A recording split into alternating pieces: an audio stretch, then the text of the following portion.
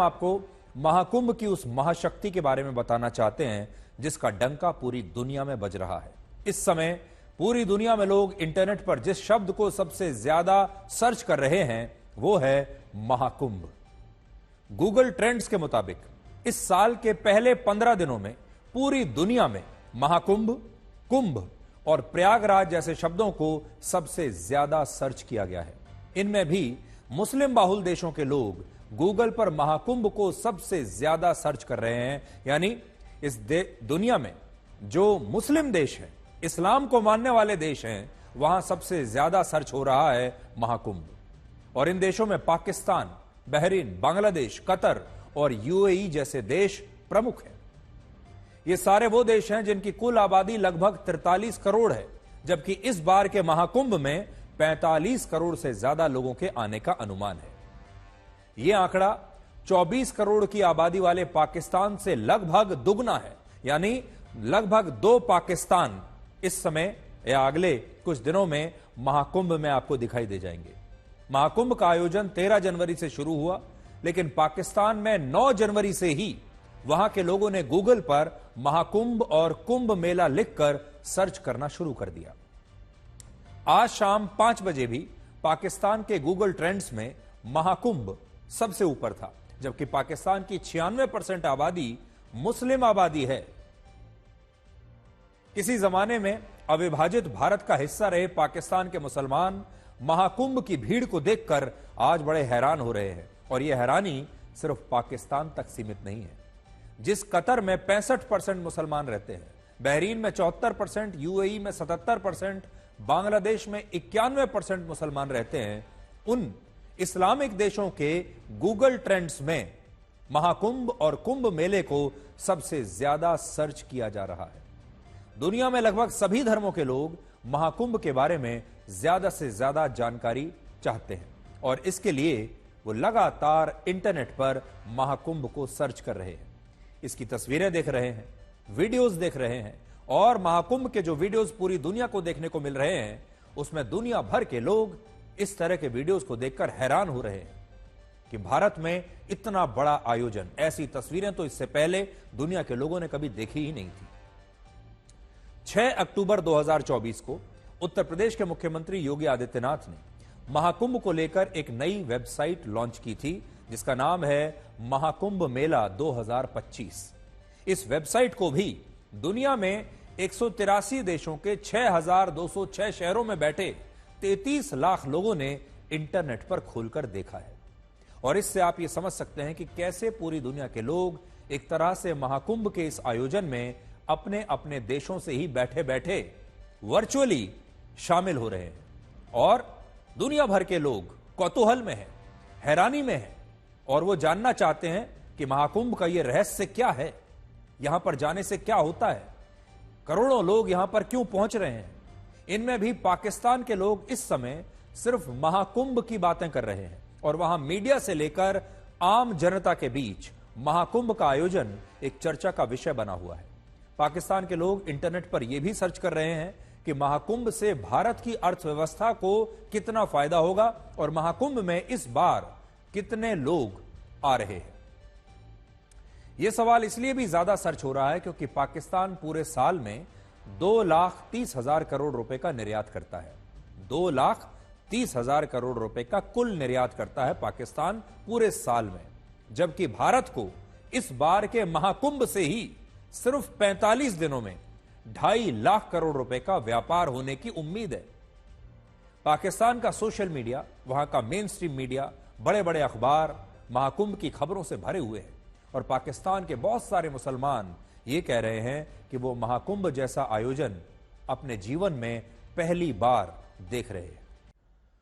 तो अब देखिए, पाकिस्तान तो एक इस्लामिक देश है, लेकिन वहां के लोग भी हैरान हो रहे हैं महाकुंभ को देखकर, महाकुंभ की तस्वीरें, वीडियोस को देखकर। महाकुंभ की जो स्केलिंग है, यानी करोड़ों लोग, लगभग 45 करोड़ लोग यहां पर आने की उम्मीद है। कितना बड़ा व्यापार यहां से हो रहा है, यह सब पाकिस्तान के लोगों ने कभी देखा ही नहीं था। 24 करोड़ की आबादी वाले पाकिस्तान में 1.2% यानी लगभग 50 लाख हिंदू भी रहते हैं और आज ये सभी हिंदू बड़े निराश हैं और बड़े दुखी हैं कि ये भारत में हो रहे इस महाकुंभ के आयोजन में हिस्सा लेने के लिए यहां भारत में नहीं आ पा रहे हैं। तो पाकिस्तान के जो लोग हैं वो तो देख ही रहे हैं, लेकिन पाकिस्तान में बैठे हुए जो हिंदू हैं, जो बड़े मजबूर हैं, जिन्हें बात बात पर वहां पर सताया जाता है, जिनके पास कोई आजादी नहीं है, वो हिंदू भी थोड़े से निराश हैं, दुखी हैं, लेकिन वो भी सिर्फ इंटरनेट पर वीडियोस देखकर काम चला रहे हैं, जबकि उनकी दिली इच्छा ये थी कि वो महाकुंभ में यहां आकर स्नान कर सकें, पवित्र स्नान कर सकें।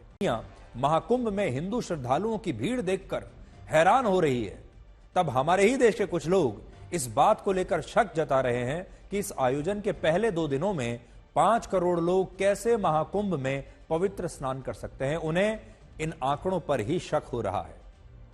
हमारे ही देश के, अपने देश के लोग ये पूछ रहे हैं कि सरकार महाकुंभ में आने वाले हिंदू श्रद्धालुओं की गिनती कैसे कर रही है, और उन्हें शक है कि सरकार जो जानकारी दे रही है शायद वो गलत और भ्रामक हो सकती है। वो कहते हैं कि 5 करोड़ लोगों ने स्नान कर लिया, आपको कैसे पता चला? हमें जरा सबूत दिखाइए कि 5 करोड़ लोग स्नान करके चले गए। यह हमारे देश का बहुत बड़ा दुर्भाग्य है कि यहां भारतीय सेना की एयर स्ट्राइक से लेकर महाकुंभ में आने वाली भीड़ तक हर बात का सबूत मांगा जाता है, और हमारे अपने लोग ये सबूत मांगते हैं क्योंकि उन्हें यकीन नहीं है। और आज भी कुछ मुट्ठी भर लोग ऐसे हैं हमारे देश में जिन्हें महाकुंभ की इन तस्वीरों पर विश्वास नहीं हो रहा, उन्हें इन तस्वीरों पर गर्व नहीं हो रहा। आज ऐसे तमाम लोगों को हम बताना चाहते हैं कि सरकार ने महाकुंभ में आने वाले लोगों की गिनती करने के लिए एक विशेष टीम बनाई है, और इस टीम का नाम है क्राउड असेसमेंट टीम। यह टीम रियल टाइम बेसिस पर महाकुंभ में आने वाले लोगों की गिनती कर रही है, और इसके लिए ऐसे खास कैमरों की मदद ली जा रही है जो आर्टिफिशियल इंटेलिजेंस की मदद से लोगों की गिनती कर रहे हैं, लोगों को स्कैन कर रहे हैं। ये कैमरे महाकुंभ में आने वाले लोगों के चेहरों को स्कैन करते हैं और वहां मौजूद भीड़ के हिसाब से यह अनुमान लगाते हैं कि कितने घंटे में कितने लाख लोग महाकुंभ के मेला क्षेत्र में आए हैं। इस समय महाकुंभ के पूरे मेला क्षेत्र में ऐसे 1800 कैमरे लगे हुए हैं। इसके अलावा यही टीम लोगों की गिनती करने के लिए ड्रोन्स की मदद ले रही है, जिनसे एक निश्चित क्षेत्र में भीड़ के घनत्व को मापा जाता है और यह पता लगाया जाता है कि एक दिन में कितने लोग महाकुंभ के आयोजन में शामिल हो रहे हैं, कितने लोगों ने पवित्र स्नान किया है। और जिन लोगों को इस भीड़ पर या सरकार के इन आंकड़ों पर शक है, वो हमारी इस ग्राउंड रिपोर्ट को आज ध्यान से देख सकते हैं। आज उन्हें ये भीड़ देखनी चाहिए, ये तस्वीरें देखनी चाहिए और अंदाजा लगाना चाहिए कि इस भीड़ में उन्हें कितने लोग दिखाई दे रहे हैं।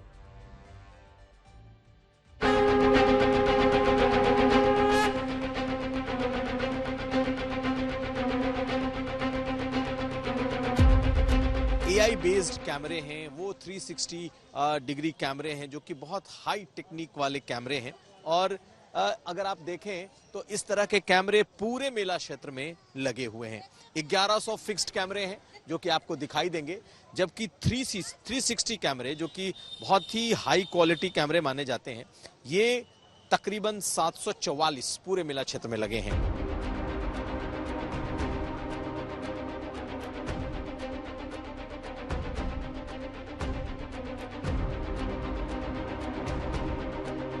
क्राउड गिन कैसे पाए, क्योंकि 1.5 करोड़ एक दिन की, 1 करोड़ 60 लाख, फिर 2 करोड़ से ज्यादा 2.5 करोड़, तो ये आखिर आपने कैसे गिना? AI बेस्ड जो सोल्यूशन था उसमें जो डेंसिटी पर स्क्वायर मीटर में कैलकुलेट की, उसकी प्लस जो कुंभ की भीड़ होती है जो हम लोगों ने देखा है पिछले मेलों में, उसके वीडियोस एनालिटिक्स निकाले थे, तो उससे जो मल्टीपल में कितने मल्टीपल फेज में पर स्क्वायर मीटर पर एक पर्टिकुलर एरिया में क्या रहेगा, उससे प्लस पर्टिकुलर टाइम को देख करके उसको कंप्यूट करके जो सॉफ्टवेयर जनरेट था उसके हिसाब से निकाला है। कितना एक्यूरेट माना जाए? अगर आप 3.5 करोड़ कह रहे हैं कि उस दिन आया है सरकार की तरफ से, तो इसको कितना एक्यूरेट माना?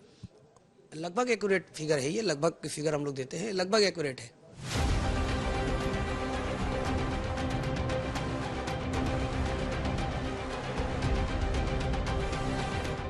तीन तरीके की चीज़ें हैं जो कि प्रयुक्त की जा रही हैं। एक है पीपल फ्लो, कि कितने लोग जो हैं इनकमिंग किसी रूट से आ रहे हैं, और कई रूट जो रूट हैं भीड़ के मेला क्षेत्र में प्रवेश करने के, उनको गिना जा रहा है इन कैमरों के माध्यम से। साथ ही किस रेट से, यानी कि कितनी संख्या में लोग आ रहे हैं वो, और क्या क्राउड डेंसिटी है, जो हमारे सेंसिटिव एरियाज़ हैं, जो क्रिटिकल एरियाज़ हैं, उन पर लोगों का भीड़ का घनत्व कितना है, वो इन कैमरों के माध्यम से आंका जा रहा है। और इसको फिर जो अन्य डेटा है और जो हमारे विभाग की, हमारी पुलिस की इंस्टीट्यूशनल लर्निंग है, उसके साथ कोरिलेट करके फिर एक फिगर जो सही है वो दी जा रही है।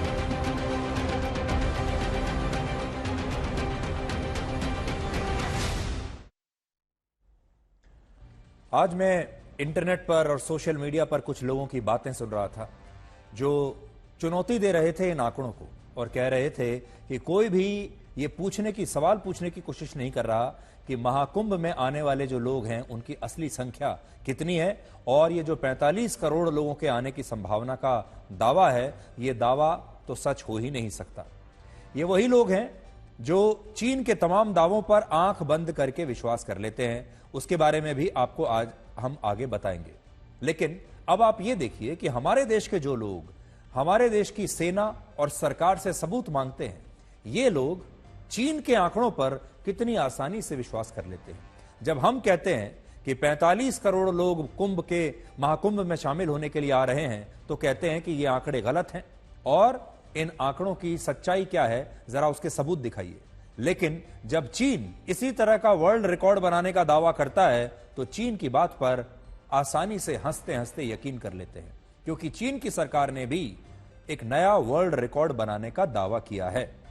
चीन का कहना है कि वर्ष 2024 में उसे आयात और निर्यात के व्यापार में 1 ट्रिलियन US डॉलर्स यानी भारतीय रुपयों में 85 लाख करोड़ रुपए का मुनाफा हुआ है। इसे हम ट्रेड सरप्लस भी कहते हैं अंग्रेजी में।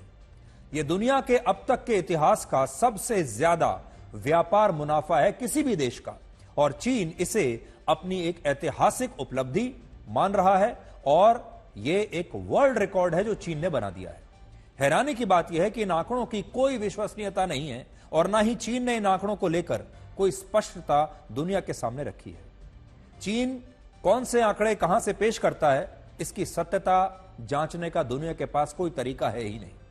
लेकिन इसके बावजूद हमारे देश का जो वर्ग महाकुंभ के वर्ल्ड रिकॉर्ड पर शक जता रहा है, वही वर्ग, वही लोग चीन के इस वर्ल्ड रिकॉर्ड पर आंख मूंद कर खुशी खुशी विश्वास कर रहे हैं और कह रहे हैं कि चीन से सीखिए। आज बहस सिर्फ महाकुंभ की भीड़ को लेकर नहीं है, बहस इस बात पर भी हो रही है कि महाकुंभ के संगम में स्नान करने से किसी भी इंसान के पाप कैसे धुल सकते हैं। दूसरा, जिस संगम में 45 करोड़ लोग स्नान करेंगे, क्या इससे उस संगम का पानी संक्रमित और गंदा नहीं होगा? यह सवाल हमारे देश का वही वर्ग पूछ रहा है, वही लोग पूछ रहे हैं जिन्हें सनातन धर्म की किसी संस्कृति पर विश्वास ही नहीं है, जो इसे अंधविश्वास मानते हैं। लेकिन आज हम आपको यह बताएंगे कि इस आध्यात्मिक विश्वास का वैज्ञानिक आधार क्या है। आध्यात्मिक विश्वास यह है कि जब समुद्र मंथन से अमृत कलश निकला, तब देवताओं और राक्षसों का एक युद्ध हुआ दोनों के बीच, और इस युद्ध में कलश से अमृत की कुछ बूंदें 4 स्थानों पर गिरी। हरिद्वार, प्रयाग, नासिक और उज्जैन, यहां पर अमृत की बूंदें गिरी और यह स्थान उसी क्षण से पवित्र हो गए।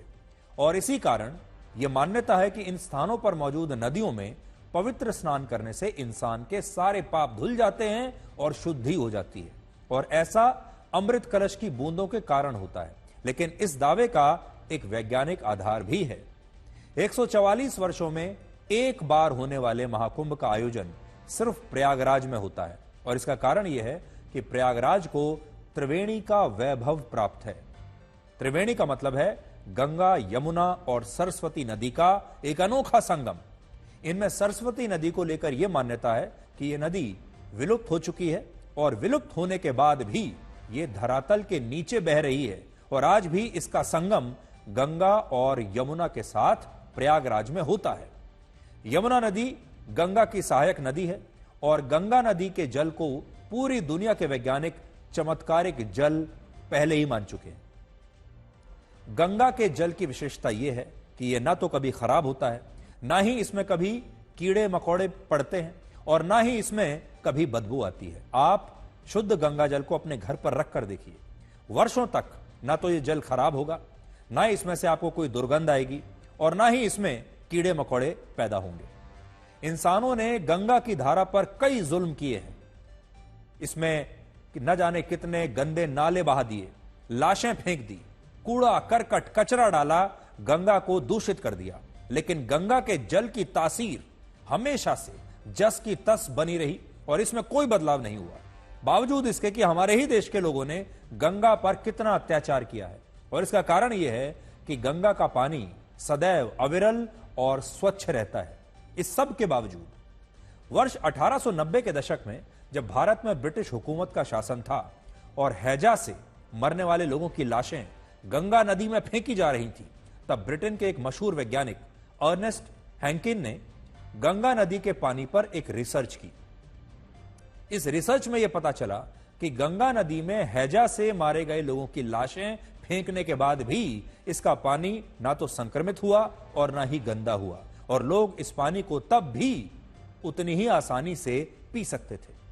ऐसा इसलिए हुआ क्योंकि गंगा के पानी में ऐसे वायरस है जो बैक्टीरिया में प्रवेश करके उन्हें नष्ट कर सकते हैं, और यही निंजा वायरस गंगा जल की शुद्धता को बनाए रखते हैं और इसमें स्नान करने को वैज्ञानिक आधार पर भी पवित्र माना जाता है। आज भी गंगा जल की शुद्धता पर शक करने वाले लोगों को यह बात पता नहीं होगी कि तीसरे मुगल बादशाह अकबर सिर्फ गंगा जल ही पिया करते थे। हो सकता है उन्हें बाकी किसी वैज्ञानिक पर विश्वास ना हो, लेकिन शायद इस बात पर विश्वास हो जाएगा क्योंकि अकबर भी गंगा जल ही पिया करते थे, और इसका जिक्र आईने अकबरी नाम की पुस्तक में है। और आईने अकबरी जो पुस्तक है उसके पेज नंबर 55 पर क्या लिखा है, मैं आपको वो पढ़कर सुनाता हूं। आज मैं उस पुस्तक का एक अंश अपने पास साथ लेकर आया हूं। उसमें लिखा है, महामहिम अकबर गंगा नदी के पानी को अमरता का पानी कहते थे, यानी इस पानी को जो पिएगा वो अमर हो जाएगा। वो कहीं भी रहें गंगा का पानी ही पीते थे। उन्होंने अपने कुछ भरोसेमंद लोगों को गंगा के किनारे तैनात किया हुआ है जो गंगा के पानी को घड़े में सुरक्षित तरीके से बादशाह तक भेजते हैं। जब महामहिम अकबर की अदालत राजधानी आगरा और फतेहपुर सीकरी में लगी थी तब पानी सोरों नाम की जगह से आया था, लेकिन अब जब महामहिम पंजाब में है तब यह पानी हरिद्वार से लाया जाता है। खाना बनाने के लिए बारिश के पानी के साथ यमुना और चिनाब नदी के पानी का उपयोग किया जाता है, और इस पानी में भी थोड़ा सा गंगा जल मिलाया जाता है, और अकबर गंगा नदी का पानी ही पीना पसंद करते हैं। ये आईने अकबरी में बादशाह अकबर के बारे में लिखा है। अब सोचिए, जो लोग बादशाह अकबर को ही अपना नायक मानते हैं और गंगा जल की शुद्धता पर हमेशा शक करते हैं, क्या वो इस सच को अब स्वीकार कर पाएंगे कि बादशाह अकबर भी सिर्फ गंगा जल ही पिया करते थे? बड़ी बात यह है कि इस तरह की मान्यताएं दूसरे धर्मों में भी हैं। ईसाई धर्म में मान्यता है कि जॉर्डन की पवित्र नदी में ही ईसा मसीह ने स्नान करके ईसाई धर्म के संस्कार को निभाया था, और आज भी जो लोग ईसाई धर्म में परिवर्तित होते हैं वो जॉर्डन की इसी नदी में डुबकी लगाने के लिए जरूर आते हैं, और यह स्नान चमत्कारिक और पवित्र माना जाता है। इसी तरह की मान्यताएं इस्लाम धर्म में भी हैं। इस्लाम में ऐसी 4 नदियों का उल्लेख है जिन्हें लेकर यह मान्यता है कि ये नदियां सीधे जन्नत से इस दुनिया में आ रही हैं, और हम इन सभी मान्यताओं का पूरा सम्मान करते हैं। हम सिर्फ आपको यह बता रहे हैं कि ईसाई धर्म में जो मान्यता है वहां ईसाई धर्म को मानने वाले लोग इस पर पूरा विश्वास करते हैं। इस्लाम धर्म में जो मान्यताएं हैं उन पर वो पूरा विश्वास करते हैं। यहां तक कि जो हिंदू धर्म के जो लोग हैं, बाकी धर्मों के भी जो लोग हैं, वो इन मान्यताओं को कभी चुनौती नहीं देते। लेकिन हमें दुख है इस बात का कि यह सम्मान सनातन धर्म की मान्यताओं का नहीं हो रहा। यह सम्मान सनातन धर्म की मान्यताओं को नहीं मिल रहा, और सनातन धर्म की मान्यताओं को वैज्ञानिक आधार पर साबित होने के बावजूद भी अंधविश्वास माना जाता है, और आज भी हमारे देश का एक वर्ग यही कर रहा है। हालांकि दुनिया के 60 से ज्यादा देशों के जो लोग भारत के महाकुंभ में शामिल होने के लिए यहां आए हैं, उनका कहना है कि वो सनातन धर्म को सबसे वैज्ञानिक धर्म मानते हैं। आप खुद सुन लीजिए।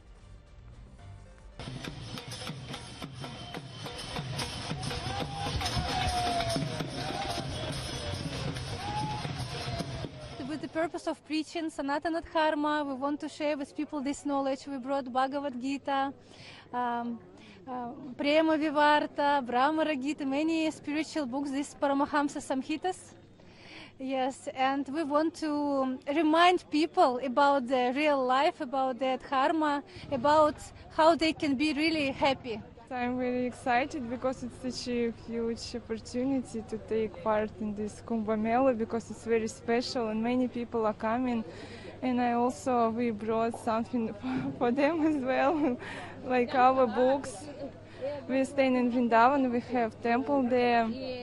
So that's why we came. We want to share these books, this knowledge, this Sanatana Dharma. Mahakumbh में कई महान संत और लोगों के जमावड़े से यहाँ अब ऊर्जा का खूब संचार हो रहा है। लोग संतों से मिलने के लिए उत्साहित हैं। मैं यहाँ स्वयं टोक्यो से आई हूँ। It is very special for me. आप सभी भारतीयों के साथ यहाँ रहना मेरे लिए बहुत विशेष है। मैं बहुत आभारी हूँ।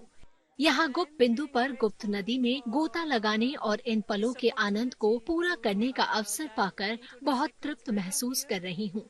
इसके लिए बहुत बहुत धन्यवाद। And I'm fulfilled with bliss in this moment. On the trip 1 year ago. हमने 1 साल पहले यात्रा की योजना बनाई थी और आखिरकार ये अब हो गई है। हम बहुत यात्राएं करते हैं और दुनिया भर में हर कोई कुंभ मेले के बारे में जानता है, खास तौर पर इसलिए क्योंकि ये 144 साल में सबसे बड़ा है। 44 years.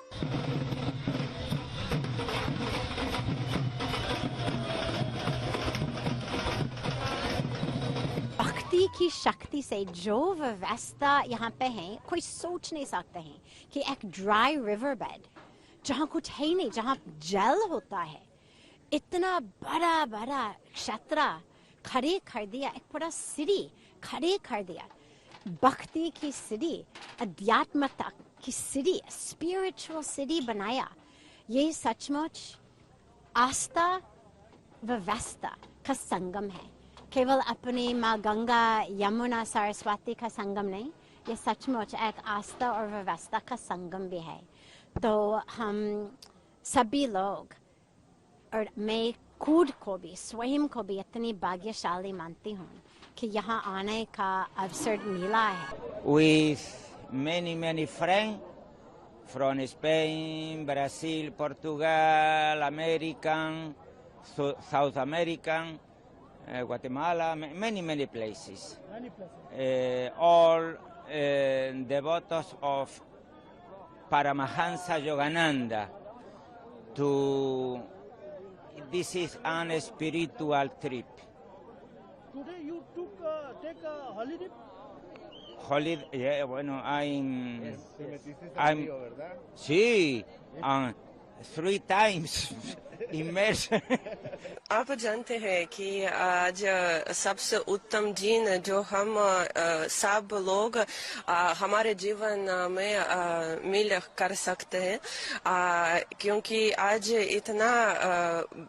इतना बारी मुहूर्त, इतना उत्तम मुहूर्त है, महाकुंभ और पूर्णिमा, और इतना ज्यादा संतों यहाँ आज स्नान करेंगे, और हमारे बहुत भाग्य है जो हम यहाँ इस संतों के साथ, इस योग्य के साथ इस स्नान भी कर सकते। हर हर Mahadev. Kumbh. First Kumbh. It's only 10 years I come to India. Every year. How do you feel here? Power. Are you excited? Yeah. Bole. Full boom bam. Full of energy, good energy. And the old Guru Bhai is so kind. You arrived here. Jai Shri Mahakal! Har Har Mahadev!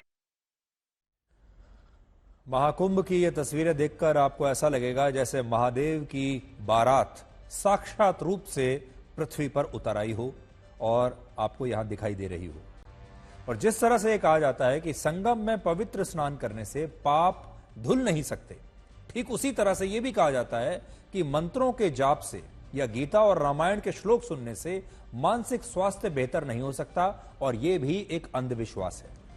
लेकिन अब एक नई research से यह बात साबित हो गई है कि संस्कृत भाषा के श्लोक मस्तिष्क के विभिन्न हिस्सों को जागृत करते हैं और इनसे मानसिक बीमारियां भी दूर हो सकती हैं।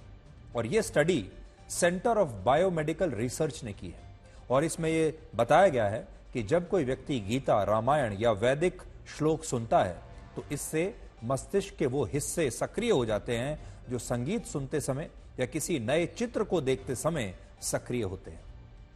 इस रिसर्च में MRI स्कैन की मदद भी ली गई है, जिससे यह पता चला कि श्लोक सुनते समय मस्तिष्क न सिर्फ सकारात्मक रूप से सक्रिय होता है बल्कि ये लोगों को डिप्रेशन और एंजाइटी से भी बचा सकता है। इसका वैज्ञानिक आधार मस्तिष्क के काम करने की शैली से जुड़ा हुआ है। हमारे मस्तिष्क के दो प्रमुख हिस्से होते हैं, एक को डिफॉल्ट मोड नेटवर्क कहते हैं और दूसरे को अटेंशन मोड नेटवर्क कहते हैं। जब कोई व्यक्ति भविष्य की चिंता में डूबा होता है तब यह चिंता मस्तिष्क के डिफॉल्ट मोड नेटवर्क को सक्रिय कर देती है।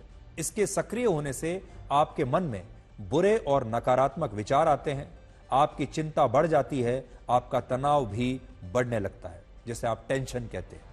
लेकिन जैसे ही आप रामायण, गीता या वैदिक श्लोक को सुनते हैं तो आपके मस्तिष्क में डिफॉल्ट मोड नेटवर्क की गतिविधियां कम होने लगती हैं और इसके स्थान पर अटेंशन मोड नेटवर्क ज्यादा मजबूत हो जाता है। ऐसी स्थिति में आपके जो विचार हैं वो एक शाखा से दूसरी शाखा पर कूदना बंद कर देते हैं और श्लोक सुनते समय मस्तिष्क चिंता और तनाव से मुक्त होने लगता है। लेकिन दुख की बात यह है कि जिन श्लोक और मंत्रों का अध्यात्म के साथ वैज्ञानिक आधार भी है, उन मंत्रों को हमारे ही देश के कुछ लोग मजाक समझते हैं और वो इसे अंधविश्वास मानते हैं कि श्लोक या मंत्रों का जाप करने से मानसिक बीमारियां भी दूर हो सकती हैं, मानसिक शांति भी आपको प्राप्त हो सकती है। विडंबना यह है कि जिस भारत के पास मानसिक रोगों को हराने वाले हजारों लाखों श्लोक हैं, उस भारत में आज 20 करोड़ लोग कम से कम मानसिक रूप से अस्वस्थ हैं और यह पूरी दुनिया में मानसिक रूप से बीमार लोगों का 20% हिस्सा है। वर्ष 2022 में अमेरिका के नेशनल इंस्टीट्यूट ऑफ हेल्थ ने भी इस बात को स्वीकार किया कि ओम या दूसरे मंत्रों का जाप करने से मानसिक स्वास्थ्य में सुधार लाया जा सकता है और यही बात वर्ष 2016 में हार्वर्ड यूनिवर्सिटी के एक रिसर्च में भी साबित हो चुकी है। लेकिन दुख इस बात का है कि जब ये सारी बातें सनातन धर्म के हवाले से कही जाती हैं तो इन्हें मनगढ़ंत माना जाता है और बहुत सारे लोग इन्हें अंधविश्वास मान लेते हैं और जो लोग इन पर विश्वास करते हैं उन्हें लोग कहते हैं कि ये पढ़े लिखे लोग नहीं हैं। सनातन धर्म दुनिया का इकलौता ऐसा धर्म है जो मनुष्य को उसके मन से परिभाषित करता है। आंखें, कान, नाक, जीभ और त्वचा के बाद मन को हमारी छठी इंद्री माना गया है जो सभी इंद्रियों से प्रबल होती है और यह मन ही है जिसे नियंत्रित करना सबसे मुश्किल काम है। यह मन ही तो आपके कंट्रोल में नहीं रहता, बाकी सब चीजों को तो आप कंट्रोल कर लेते हैं। लेकिन अलग अलग शोध यह बताते हैं कि रामायण, गीता और वैदिक श्लोक और मंत्र मन को मस्तिष्क के साथ सकारात्मक और शांत रखने में बहुत उपयोगी है और इसीलिए आज हम आपसे एक बार फिर यह कहेंगे कि सनातन धर्म को अंधविश्वास से जोड़ना अज्ञानता है और इस अज्ञानता को फैलाने वाले लोगों से आपको बचकर रहना चाहिए और सावधान रहना चाहिए।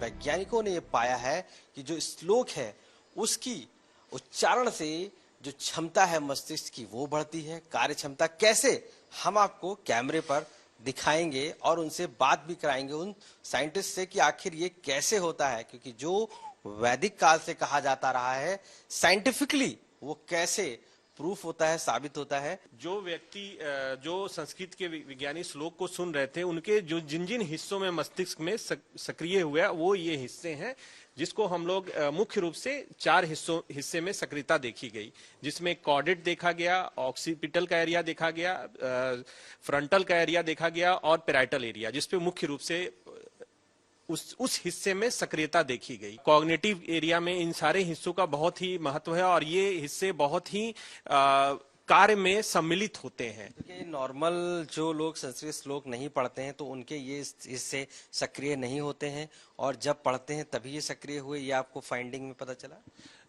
जब हमने इसको कंपेयर किया उन ग्रुप के साथ जो संस्कृत नहीं जानते हैं, उनके साथ जब कंपेयर किया तब हमें ये हिस्से मिले हैं। इसका मतलब कि जो व्यक्ति संस्कृत श्लोक सुन सकता है और उसकी गहनता को समझ सकता है, उनमें ये हिस्से सक्रिय होते हैं।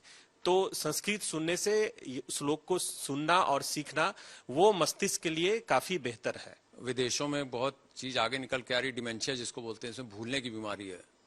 तो मैं समझता हूँ संस्कृत के उच्चारण से, संस्कृत के श्लोकों को कहने से, जो क्योंकि हमारा मस्तिष्क और अच्छा हो रहा है और हम देख रहे हैं कि उसकी मेमोरी एनहांस हो रही है, तो हम समझते हैं कि आगे चल के इसके ऊपर भी विचार करेंगे। हम ये भी देखेंगे कि क्या जो लोग जो संस्कृत श्लोकों का उच्चारण कर रहे हैं, उनमें आगे चल के जब बुजुर्ग होते हैं या पूरी लाइफ लॉन्ग, क्या उनके अंदर डिमेंशिया ऐसी बीमारियां कम होती हैं।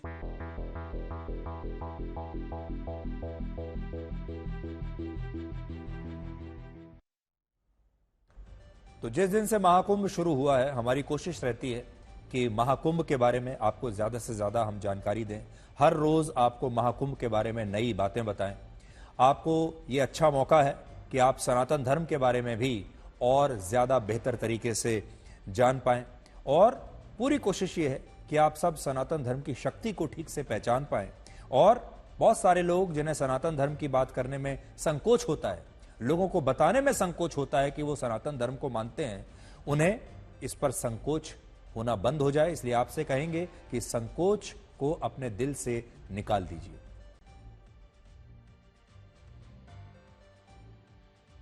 अब आपको कुंभ से राजनीति की दुनिया में लाते हैं। कुछ दिन पहले भारत में बड़ी चर्चा चल रही थी कि अमेरिका का डीप स्टेट भारत को अस्थिर करना चाहता है, कमजोर करना चाहता है, और ये आरोप लग रहे थे कि राहुल गांधी जैसे विपक्ष के कुछ नेता अमेरिका के मशहूर उद्योगपति जॉर्ज सोरोस के साथ मिल गए हैं और उसके कई संस्थानों और उनमें काम करने वाले लोगों के साथ गांधी परिवार के भी घनिष्ठ संबंध हैं, ऐसे आरोप लग रहे थे। बीजेपी ने ऐसे आरोप लगाए थे। लेकिन आज दिल्ली में जब कांग्रेस के नए राष्ट्रीय मुख्यालय का उद्घाटन हुआ तो इसमें राहुल गांधी ने खुद यह कहा कि बीजेपी और आरएसएस ने देश के हर संस्थान पर कब्जा कर लिया है और उनकी लड़ाई अब बीजेपी और संघ के साथ साथ इंडियन स्टेट से भी है। और जब से उन्होंने ये इंडियन स्टेट शब्द का इस्तेमाल किया है, तब से इस शब्द पर लगातार विवाद हो रहा है और लोग ये कह रहे हैं कि राहुल गांधी ने आज खुलकर यह स्वीकार कर लिया है कि अब उनकी लड़ाई बीजेपी से तो है, आरएसएस से तो है, ये तो पहले से पता था, लेकिन अब उनकी लड़ाई इंडियन स्टेट से भी है, जो कि एक बहुत चिंताजनक बात है। Do not think that we are fighting a fair fight. There is no fairness in this. If you believe that we are fighting a political organization called the BJP, that we are fighting a political organization called the RSS, you have not understood what is going on. The BJP and the RSS have captured every single institution of our country. We are now fighting the BJP, the RSS and the Indian state itself. तो आपने सुना, राहुल गांधी कह रहे हैं we are fighting the BJP, the RSS and the Indian state. अब बड़ी बात यह है कि राहुल गांधी ने क्या ये बयान, ये जो शब्द उन्होंने इस्तेमाल किया इंडियन स्टेट, क्या वो इस शब्द का मतलब भी समझते हैं या गलती से उनके मुंह से ये शब्द निकल गया। और दूसरी संभावना ये हो सकती है कि वो इस शब्द के बारे में जानते हैं और सब कुछ जानते हुए उन्होंने इस शब्द का प्रयोग किया है, क्योंकि वो इसी शब्द का प्रयोग करना चाहते थे। यानी ये गलती है जिसे हम कई बार स्लिप ऑफ टंग भी कह देते हैं, या फिर वो वाकई इंडियन स्टेट ही कहना चाहते थे।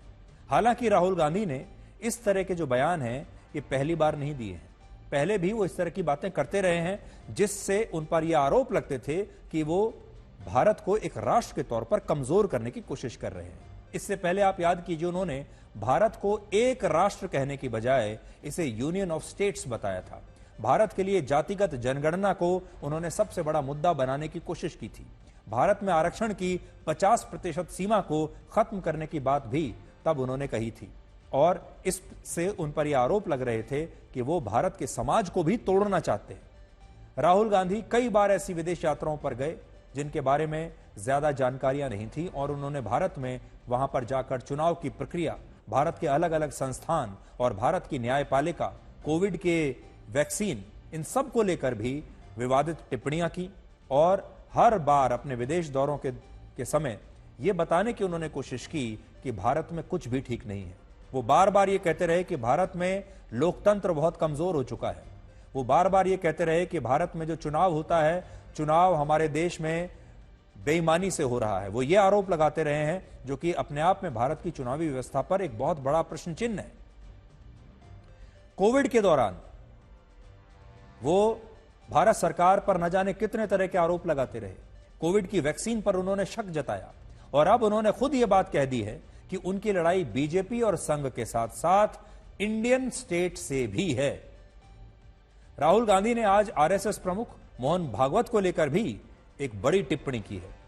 मोहन भागवत ने कहा था कि भारत को सच्ची स्वतंत्रता रामलला की प्राण प्रतिष्ठा के दिन मिली थी, लेकिन अब राहुल गांधी कहते हैं कि अगर मोहन भागवत ने यही बयान किसी और देश में दिया होता या वो किसी और देश में होते तो अब तक गिरफ्तार हो चुके होते। Mohan Bhagwat has the audacity to inform the nation every 2 or 3 days what he thinks about the independence movement, what he thinks about the constitution. In fact, what he has said yesterday is treason, because it is stating that the constitution is invalid, it is stating that everything, the fight against the British was invalid, and he has the audacity to say this publicly. In any other country, he would be arrested and tried. That is the fact, right? To say that India did not get independence in 1947 is an insult to every single Indian person. अब जो खबर हम आपको बताने वाले हैं वो आपकी नौकरियों से जुड़ी हैं, आपकी नौकरी के भविष्य से जुड़ी है। आर्टिफिशियल इंटेलिजेंस और दुनिया में तेजी से बदलते हालात, तेजी से बदलती टेक्नोलॉजी आपकी नौकरी के लिए एक बहुत बड़ा खतरा बन गए हैं। जिस तरह से आप हर साल नया मोबाइल फोन लेते हैं, कोई नया गैजेट खरीदते हैं, खुद को लगातार अपग्रेड करते रहते हैं, नई लेटेस्ट टेक्नोलॉजी के आप टीवी खरीद रहे हैं, कार खरीद रहे हैं, मोबाइल फोन खरीद रहे हैं, इलेक्ट्रॉनिक गैजेट्स खरीद रहे हैं, क्या आप अपने आप को भी वैसे ही अपग्रेड कर रहे हैं? ठीक वैसे ही अब आपको अपनी नौकरी बचाने के लिए भी खुद को प्रोफेशनली अपग्रेड करना होगा, वरना आप एक पुरानी गाड़ी की तरह बाजार से बाहर हो जाएंगे। वर्ल्ड इकोनॉमिक फोरम ने नौकरियों को लेकर एक रिपोर्ट जारी की है और इस रिपोर्ट ने दुनिया भर के वर्किंग प्रोफेशनल्स को डरा दिया है। इस रिपोर्ट का नाम है फ्यूचर ऑफ जॉब्स, यानी नौकरियों का भविष्य। यानी नौकरियों का क्या भविष्य है, आपकी नौकरी का क्या भविष्य है, 5 साल के बाद आपकी नौकरी बचेगी या नहीं। इस रिपोर्ट के अनुसार वर्ष 2030 तक, यानी आज से 5 साल के बाद, नौकरियों के लिए जरूरी 39% स्किल्स आउटडेटेड यानी पुराने हो जाएंगे। यानी अगर आज किसी खास कौशल या स्किल की वजह से आपको कोई नौकरी मिली है तो यह मुमकिन है कि अगले 5 साल में आपकी ये स्किल या किसी खास क्षेत्र में आपकी डिग्री या डिप्लोमा आपके किसी काम के नहीं रहेंगे, क्योंकि दुनिया उससे बहुत आगे निकल चुकी होगी। और इसी वजह से वर्ष 2030 तक आज की 22% नौकरियां पूरी तरह से समाप्त हो चुकी होंगी। वर्ष 2030 तक 41% कंपनियां बड़े पैमाने पर छटनी कर सकती हैं, लोगों को नौकरी से निकाल सकती हैं। अगले 5 साल में दुनिया के 9 करोड़ 20 लाख लोग अपनी नौकरियों से निकाल दिए जाएंगे। आमतौर पर जब कंपनियां लोगों की छटनी करती हैं तो उनकी जगह नए लोगों को रखा जाता है, लेकिन 5 साल के बाद, वर्ष 2030 तक, छटनी के बाद जो स्थान खाली होंगे उनकी जगह इंसानों का नहीं बल्कि एआई का इस्तेमाल किया जाएगा। अगर आप कोई ऐसी नौकरी करते हैं जिसकी जगह एआई ले सकता है, जैसे टिकट क्लर्क, बैंकिंग से जुड़ी नौकरियां, एडमिनिस्ट्रेशन से जुड़े काम या फिर डेटा एंट्री जैसे काम, तो आपको आज ही बड़े फैसले लेने की आवश्यकता है। बड़ी बड़ी कंपनियों को पता है कि जो काम एआई की मदद से मामूली खर्च में किया जा सकता है उसके लिए अलग से कर्मचारी रखना बहुत खर्चीला काम है। आने वाले समय में आर्टिफिशियल इंटेलिजेंस कई तरह की नौकरियों को जड़ से ही खत्म कर देगा। अब सवाल यह है कि आप में से किसकी नौकरी सुरक्षित है और कौन बेरोजगारी के कगार पर खड़ा है। इसे एक उदाहरण के साथ समझिए। मान लीजिए कि 100 में से 41 लोगों की नौकरियां सुरक्षित है। ये कुछ खास तरह के जॉब्स होंगे, जैसे मजदूर, स्वास्थ्यकर्मी, सामान की डिलीवरी करने वाले लोग, खेती-बाड़ी करने वाले लोग, software engineers, green energy experts, data specialist, आर्थिक सलाहकार या फिर बिजली विभाग से जुड़े इंजीनियर्स। इन लोगों को ज्यादा चिंता करने की आवश्यकता नहीं, क्योंकि इनकी जरूरत 5 साल बाद भी रहेगी। बिल्डिंग्स बनाने के लिए मजदूरों की जरूरत हमेशा रहेगी। जो काम शरीर से होने वाला है, जिसमें मजदूरी की आवश्यकता है, वो रहेंगी। स्वास्थ्य सेवाओं से जुड़े एक्सपर्ट जैसे डॉक्टर्स और नर्स, इनकी जरूरत भी हमेशा रहेगी। लेकिन बाकी बचे 59 लोगों की नौकरियां बचाने के लिए अब उन्हें विशेष ट्रेनिंग लेनी पड़ेगी, अपने अंदर बदलाव लाने पड़ेंगे। और इन 59 में से भी 29 लोग अपनी मौजूदा नौकरी को बचा लेंगे। ये वो लोग होंगे जो नई स्किल सीखकर, नई तरह की ट्रेनिंग लेकर किसी तरह अपनी नौकरी बचा लेंगे। 19 लोग ऐसे होंगे जिन्हें अपना मौजूदा पद छोड़कर दूसरी नौकरियां करनी होंगी। और 11 लोग पूरी तरह से बेरोजगार हो जाएंगे, जो अपने आप को बदल नहीं पाएंगे। अगर आप कोई ऐसी नौकरी करते हैं जिसे आर्टिफिशियल इंटेलिजेंस से रिप्लेस किया जा सकता है, तो वक्त आ गया है कि आप अपने जॉब प्रोफाइल से जुड़े नए स्किल्स सीखिए, नई ट्रेनिंग लीजिए। टेक्नोलॉजी बहुत तेजी से बदल रही है, इसलिए इससे दूर भागने की बजाय इसके साथ तालमेल बनाने में ही बुद्धिमानी है। नई स्किल सीखने से आप खुद को बाकियों से ज्यादा योग्य साबित कर पाएंगे बाजारों, नौकरी के इस बाजार में। अगर आप ऑटो इंडस्ट्री में काम करते हैं और अभी तक आप सिर्फ पेट्रोल और डीजल से चलने वाले वाहन बनाते हैं या उन्हें ठीक करना जानते हैं, तो अब आप इलेक्ट्रिक व्हीकल से जुड़ा कोई नया काम सीखिए। इसी तरह से अगर आप ऑयल एंड गैस इंडस्ट्री से जुड़े हैं, तो समय आ गया है कि आप ग्रीन एनर्जी से जुड़ी कोई नई ट्रेनिंग लीजिए, कोई नए काम सीखिए। अगर आप पीआर या मार्केटिंग से जुड़े हैं, तो आप नई मार्केटिंग स्किल्स सीखिए। सोशल मीडिया मार्केटिंग अब आप सीख सकते हैं, क्योंकि पुराने जमाने की मार्केटिंग नहीं चलेगी। अगर आप ह्यूमन रिसोर्स डिपार्टमेंट यानी एचआर में काम करते हैं, तो आप नए एआई टूल्स के बारे में सीख सकते हैं। इससे आपका काम आसान हो जाएगा, सस्ता भी हो जाएगा। आप दूसरों से बेहतर काम कर पाएंगे। चाहे आप किसी भी उद्योग से जुड़े हैं, कोई भी काम करते हैं, आपको यह देखना होगा कि उस इंडस्ट्री में नई टेक्नोलॉजी से क्या बदलाव आ रहे हैं और उसके अनुसार आप नया कौशल कौन सा सीख सकते हैं। नए वर्किंग कल्चर के साथ खुद को अपग्रेड करना ही भविष्य की आवश्यकता है। और इसकी एक वजह यह भी है कि अगले 5 वर्षों में नई स्किल वाली नौकरियों के अवसर भी पैदा होंगे। वर्ल्ड इकोनॉमिक फोरम की इसी रिपोर्ट के अनुसार अगले 5 वर्षों में 7 करोड़ 80 लाख नई नौकरियां भी आएंगी बाजार में। तो अगर आप नई नौकरियों की तलाश में हैं या फिर अपनी जॉब्स को बदलना चाहते हैं, तो अपनी जॉब प्रोफाइल से जुड़ी नई स्किल्स के बारे में पता कीजिए और खुद को अपग्रेड कीजिए। जिस प्रकार से मोबाइल फोन हर महीने के बाद अपने ऑपरेटिंग सिस्टम को अपग्रेड करते हैं, जैसे हर साल 2 साल के बाद आपकी गाड़ी का नया मॉडल आ जाता है, वैसे ही आपका भी एक नया मॉडल अब बाजार में आपको लाना पड़ेगा। हमारी ये रिपोर्ट देखकर आपको घबराना नहीं है, आपको नई स्किल सीखनी है।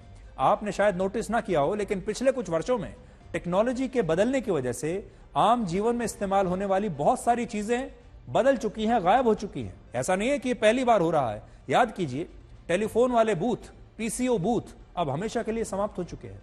फैक्स मशीनें अब कहीं नहीं दिखती। टेलीफोन की लैंडलाइन सेवाओं का इस्तेमाल लगभग समाप्त हो चुका है। सीडी और पेन ड्राइव का इस्तेमाल खत्म हो चुका है। सुबह जल्दी उठने के लिए अब अलार्म क्लॉक का इस्तेमाल आप नहीं करते, आपके फोन में ही अलार्म क्लॉक है। अंतर्देशीय पत्र, पोस्ट कार्ड जैसी चीजें अब प्रासंगिक नहीं रही और इसकी वजह से डाकिये का काम भी बहुत ही मामूली और बहुत कम हो गया है। अब आप भी एसएमएस की जगह व्हाट्सएप जैसे मोबाइल एप्लीकेशंस का इस्तेमाल कर रहे हैं। आज पूरा बैंकिंग सिस्टम ऑनलाइन है। पैसा जमा करना हो या कहीं निकालना हो, इसके लिए अब आपको बैंक नहीं जाना पड़ता, सब ऑनलाइन हो जाता है। सिनेमा टिकट के लिए अब आपको लाइन में नहीं खड़ा होना पड़ता, ऑनलाइन आप सिनेमा का टिकट बुक कर लेते हैं। होटल, ट्रेन या हवाई जहाज की बुकिंग अब ट्रेवल एजेंट के पास से नहीं करवाते आप सब कुछ अपने आप अपने मोबाइल फोन से ऑनलाइन कर लेते हैं। ये सारी चीजों में कितने बदलाव हुए। टेक्नोलॉजी बदलने की वजह से ये तमाम चीजें या तो खत्म हो गई हैं, विलुप्त हो गई हैं या होने वाली हैं। इसीलिए अगर आपको फ्यूचर रेडी रहना है तो नई स्किल सीखने पर आपको ध्यान लगाना पड़ेगा। नई चीजें सीखिए जो आपको प्रासंगिक बनाए रखेंगी। जल्दी से आपको यह बताते हैं कि खुद को आम आदमी कहने वाले अरविंद केजरीवाल कितनी संपत्ति के मालिक हैं और वो हमें कैसे पता चला। अरविंद केजरीवाल ने आज नई दिल्ली विधानसभा क्षेत्र से अपना नामांकन पत्र दाखिल किया है और उस नामांकन पत्र के साथ जो उन्होंने अपना एफिडेविट लगाया है, हलफनामा, उसके अनुसार उनके पास 1,73,00,000 रुपए की संपत्ति है। उनके पास खुद का कोई निजी वाहन नहीं है। उनके खिलाफ 14 आपराधिक मामले अदालतों में लंबित हैं। उनकी पत्नी सुनीता केजरीवाल के पास लगभग 2.5 करोड़ रुपए की संपत्ति है और उनके पास भी अपनी कोई गाड़ी नहीं है। इसके अलावा अरविंद केजरीवाल के पास सिर्फ 3 लाख रुपए का कैश, सोना और चांदी है, जबकि उनकी पत्नी सुनीता केजरीवाल के पास 1 करोड़ रुपए का कैश, सोना और चांदी है। तो ये हैं आम आदमी पार्टी के नेता और उनके पास अपनी खुद की कितनी संपत्ति है, वो उसका पूरा ब्यौरा। अरविंद केजरीवाल ने वर्ष 2013 में जब पहला चुनाव लड़ा था तब उनके पास 94 लाख रुपए की संपत्ति थी। उनकी पत्नी के पास 1,17,00,000 रुपए की संपत्ति थी। लेकिन आज 12 वर्षों के बाद सुनीता केजरीवाल के पास 2.5 करोड़ रुपए की संपत्ति है और केजरीवाल की संपत्ति भी 94 लाख से 1,73,00,000 तक पहुंच गई है। आपका दुख कई लोगों को खुशी दे रहा है, इसलिए अगर ऐसे लोगों से बदला लेना चाहते हैं तो खुश रहिए। नमस्कार।